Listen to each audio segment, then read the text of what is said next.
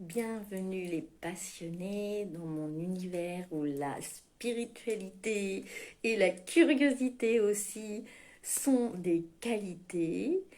Donc les questions sont encouragées en direct ou en différé. Donc j'attends vos questions et aussi vos petits coucous quand vous venez regarder en replay.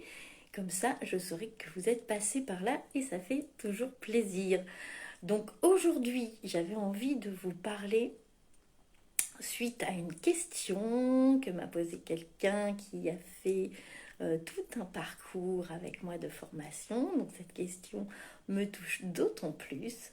Elle se reconnaîtra suite à une question. Donc j'avais envie de vous détailler un petit peu dans le temps imparti, puisque comme vous le savez, c'est mon challenge aussi, c'est de ne pas être trop longue afin de vous permettre de regarder d'une manière fluide.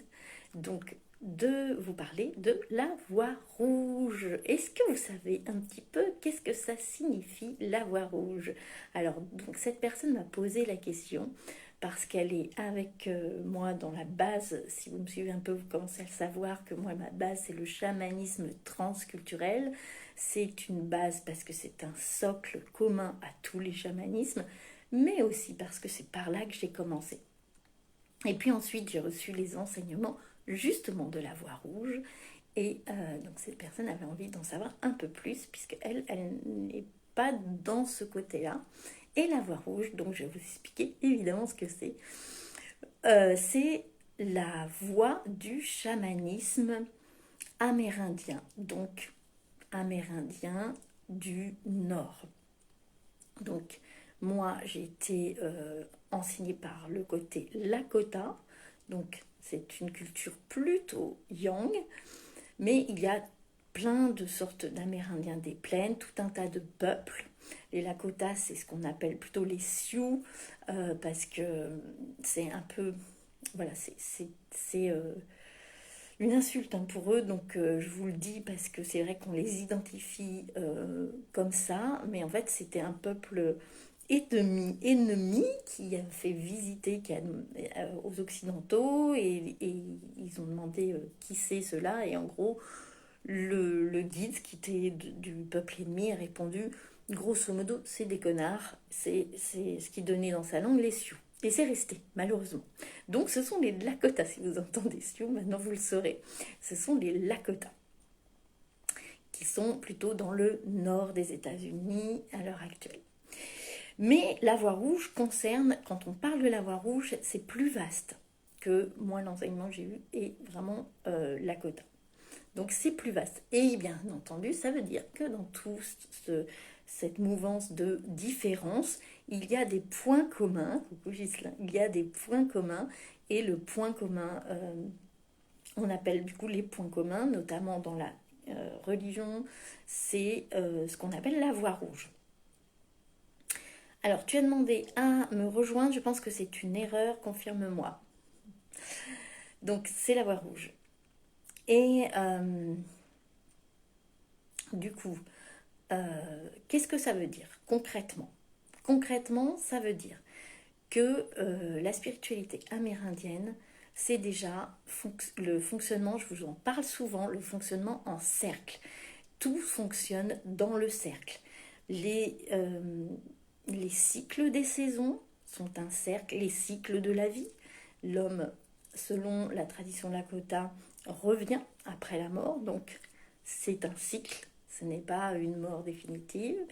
Et comme après l'hiver, nous avons le printemps, c'est un cycle aussi. La Terre est ronde, même si on ne le savait pas, eux depuis longtemps avaient cette idée que tout dans la nature est rond. L'oiseau fait son nid en rond, donc les habitations, les tipis étaient évidemment en rond, et tout se fait en rond, en cercle. Parce que aussi, je vous l'ai déjà dit lors d'un autre live, dans le cercle, chacun, quand on se positionne autour du feu en cercle, il n'y en a pas un qui est plus près du feu que l'autre. Donc chacun reçoit la même chose. Puisque le foyer, c'est quand même très important quand on n'est pas dans une société moderne. Et puis, D'ailleurs, les étoiles sont des cercles, la lune est un cercle et le soleil qui revient à l'est après s'être couché à l'ouest, etc.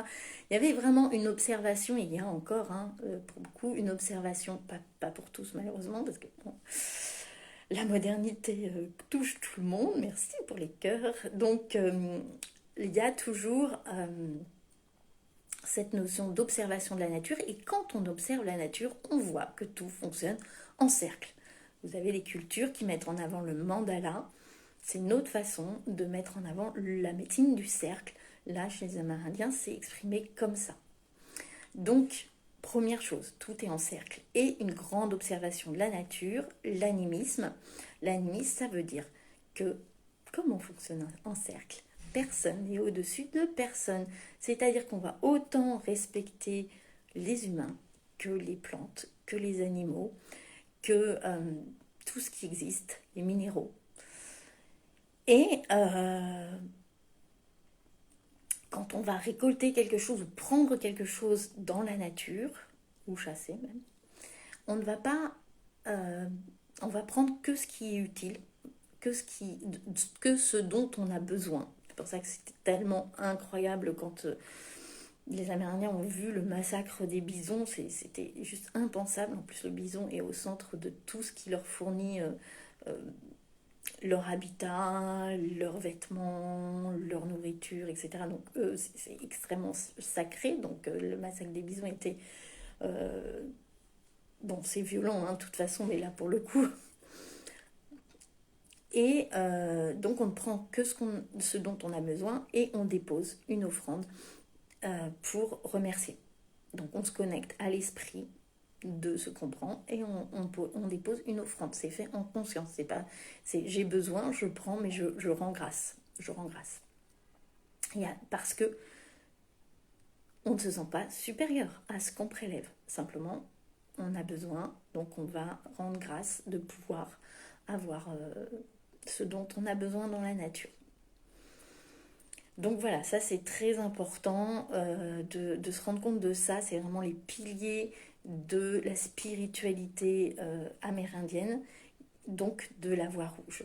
Après, il y a les 7 directions dans le cercle, c'est-à-dire qu'il y a les 4 points cardinaux, et puis il y a le ciel, la terre, le haut, le bas et le milieu. Nous sommes au centre et nous sommes en lien avec toutes nos relations. Et quand un Amérindien dit toutes nos relations, ça veut dire pas que les relations humaines du coup. Ça veut dire aussi toutes les relations dans le monde végétal, minéral, animal, dans le monde visible, dans le monde invisible, dans le monde des esprits donc aussi, avec les ancêtres, etc., etc. C'est vraiment comme un tissage d'une grande toile où nous sommes tous reliés. Et à la place de dire Amen, comme nous on a l'habitude de l'entendre dans nos cultures judéo-chrétiennes, les Amérindiens, eux, disent Mitakuye Oyasin, qui signifie littéralement tout est relié à toutes mes relations. C'est cette prise de conscience de cette reliance qui vient vraiment être le ciment de cette spiritualité. Voilà ce que j'avais envie de vous partager pour aujourd'hui. J'irai un peu plus loin, je vous partagerai dans un autre live quelles sont les cérémonies amérindiennes. Si ça vous intéresse, dites-le moi. Si vous avez des questions sur cette spiritualité particulière de la voie rouge, dites-le moi. Merci pour les questions qui me permettent de nourrir ces lives et donc pour cette question aussi. Et je vous dis à demain.